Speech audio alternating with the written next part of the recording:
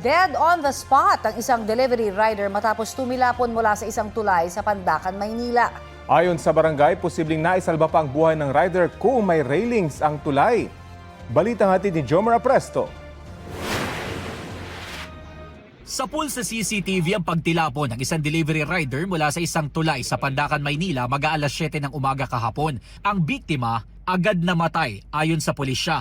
Base sa investigasyon, sa hindi pa malamang dahilan, nawalan ng kontrol ang rider at bumangga sa gutter bago siya tumilapon sa isang brewery o pagawaan ng alak. Isang kapwa motorista raw ang nakakita sa nakatumbang motor at nang silipin ang ibaba ng tulay, doon nakita ang rider na nakahandusay. Agad siyang humingi ng tulong sa mga otoridad. Ayon sa barangay, posibleng may kinalaman ng pakurbang likuan sa tulay kaya nag-alangan ang rider. Alanganin kasi yung kurba na yun. Yan tulay na marami na aksidente talaga. Minsan lasing, nakainom. Isa nagmamadali. Mula rito sa bahagi ng tulay na walang mga railings, tumalsik ang rider papunta sa isang brewery na nasa ibaba nitong tulay. Sabi ng barangay, may railings dati ang tulay pero may mga nagnakaw. Posible raw naisalba pa ang rider kung may harang ang tulay. Mare, dahil may babandaan siya kung may railings eh. Nagro-ronda kami kasi ang magnanakaw mas mabilis sa amin eh. Roronda ulit kami ng 1, wala pa yan. Yung mga alanganing oras, diyan sila tumitira. Ayon din sa barangay, may isang linggo nang walang ilaw sa nasabing tulay na delikado para sa mga motorista tuwing gabi. Nananawagan sila sa Manila LGU na aksyonan ang problema sa railings at ilaw sa tulay. Nagpaalala rin sila sa mga motorista na magdahan-dahan habang bumabaybay sa tulay para maiwasan ang aksidente. Jomer Presto nagbabalita para sa GMA News. May panibagong rollback o bawas presyo sa liquefied petroleum gas o LPG simula po bukas. Ayon sa LPG Marketers Association, nasa 3 piso kada kilo ang rollback bukas. Katumbas po yan ng 33 piso sa kada 11 kilogram na tangke ng LPG. Bukod pa yan sa parehong halaga ng rollback noong Biyernes. Ayon sa LPGMA, bunsod po ito ng bumabang presyo ng shipping at transport. May panibago namang mega oil price rollback ngayong linggo ayon kay Pangulong Bongbong Marcos. 24 pesos and 94 centavos ang bawas presyo sa kada litro ng diesel, 3 pesos and 41 centavos sa kada litro ng gasolina at 2 pesos sa kada litro ng kerosene. Panawagan ng Pangulo sa mga oil company na ipatupad ito ng buo, tama at walang pagkaantala. Wala pang opisyal na anunsyo ang oil companies. Karaniwang Martes ipinatutupad ang mga pagbabago sa presyo. Tiniyak ng Department of Social Welfare and Development na may aayusin nila ang sistema ng pamamahagi ng 5,000 pisong ayuda sa drivers na apektado ng mahal na presyo ng langis. We recognize that we could have done better and we should have done better. And we will do better sa mga payout distribution po natin. Sana mas may maayos na pamamaraan o sistema tayo na sinagawa like having a queuing system para ma-control din natin yung bilang ng mga drivers na pumunta sa payout site natin. Sinabi yan ni DSWD Assistant Secretary Irene Dumlao sa panayam ng unang balita sa unang hirit matapos masawi ang isang motorcycle taxi rider na pumila sa Quezon Memorial Circle nitong Sabado. Sabi ni Dumlao, hinihintay pa nilang ilabas ang death certificate ng rider para malaman kung ano ang kanyang ikinamatay. Nauna nang nagpaabot ng pakikiramay si Secretary Rex Gatchalian sa pamilya ng nasawing rider.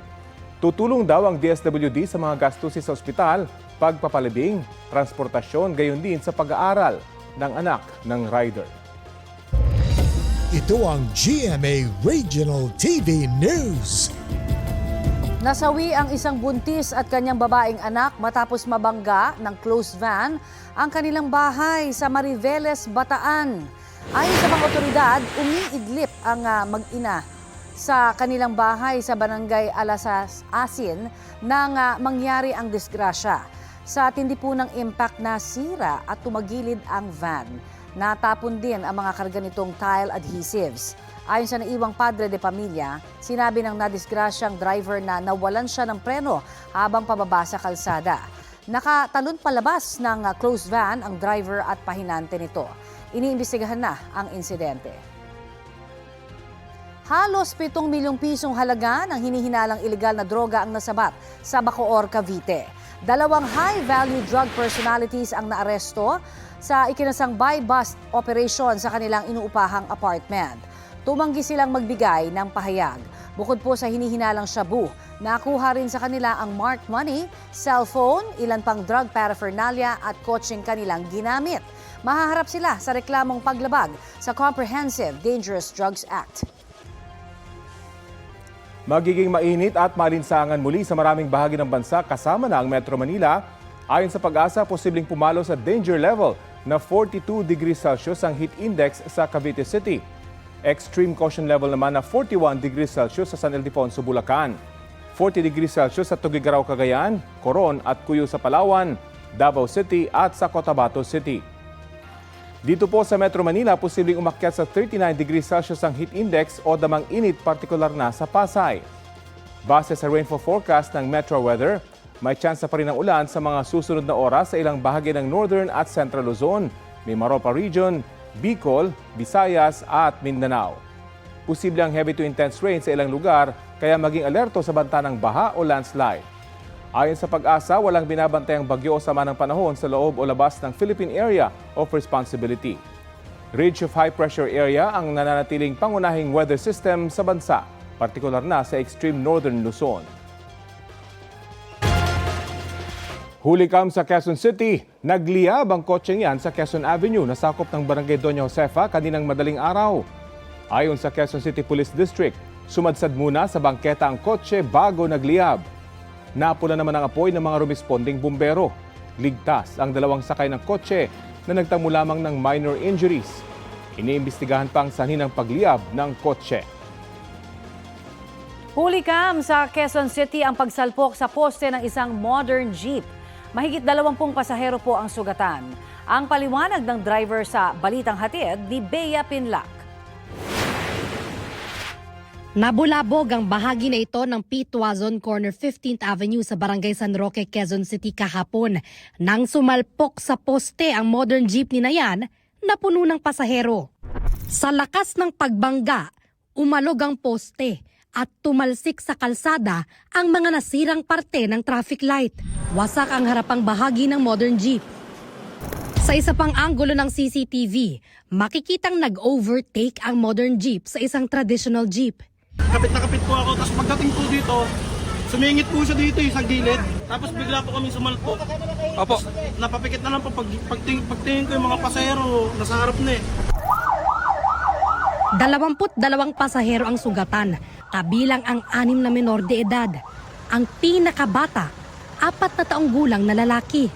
Ang pasahero naman na nakaupo sa tabi ng driver, kritikal ang kondisyon. Naipit kasi yung paa niya eh. At saka siya yung napuruhan because ang pwesto niya ay nandun sa side ng driver. Yun yung mismong tumumbok or sumalpok doon sa poste. For sure po yung paa nun may bali and yung ibang part ng katawan more or less may fracture daw. As of now, wala pa naman pong sinabi na inamputate or pinutol. Ang driver ng modern jeep, nakaidlip habang nagmamaneho. 7 oras na raw siyang nagmamaneho ayon sa pulisya. Nakatulog po ako ma'am, no, mga oras na po yun. Hindi ko rin po akalain na mapipikit po ako ng ganong katagat paggising ko po. Ayun na po yung nangyari sa akin. Hindi lang po ako antok, di rin po puyat. Ano lang po, parang nahipan lang po yung mata ko, napikit po ako. Humingi po ako ng pasensya niyo, hindi naman po gustuhan yung nangyari.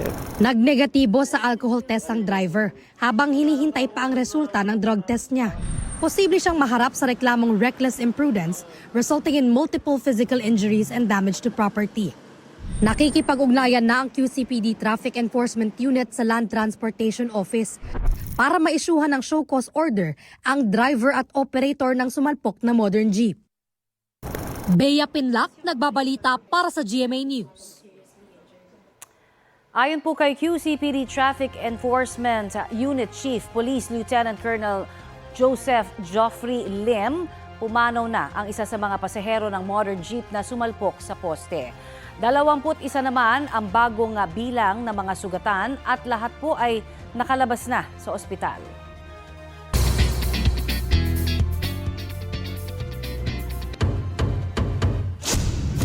More than a competition, tinitingnan daw ni Jeremy ng P-pop boy group Horizon ang pagsali niya sa Stars on the Floor na training ground to improve his dancing skills. Napakita namin at Shanti na kakaiba kaya namin kahit maging femme, ako, especially ako lalaki, naging babae talaga ako doon.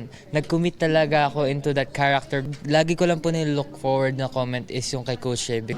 Isa ang horizon sa representatives ng Pilipinas sa ginanap na ASEAN-Korea Music Festival o Round 2026. Nalayong palakasin ang musical bond among ASEAN nations and Korea.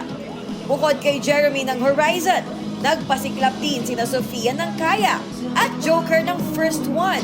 Ito ang unang pagkakataong ginanap sa Pilipinas ang international musical event. At isa sa hosts ang kapusong artist na si Gabby Garcia. And I am Gabby Garcia from the Philippines! It's such an honor kasi it's such a big and prestigious festival here in the Philippines. And ang ganda din ng initiative ng ASEAN to form this festival kasi you get to also listen to the music of other countries and it's a nice opportunity to collaborate Filipino talent with different talents across Southeast Asia.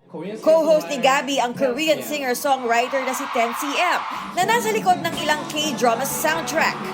Jam-packed ang Smart Araneta Coliseum dahil sa 2-day event. Standout ang performance ng Korean group Mellowmans na kinanta ang Love Maybe na kabilang sa soundtrack ng K-drama Business Proposal and animated film K-pop Demon Hunters. Pumatok din ang sariling rendition ng Bruneian singer na si Shafiq Abdillah ng OPM song na Pasilyo. Hindi rin nagpahuli ang Filipino singers, sina TJ Monterde, grupong Cup of Joe, at Ben and Ben na sinabayang kumanta ng crowd. Athena Imperial nagbabalita para sa GMA News.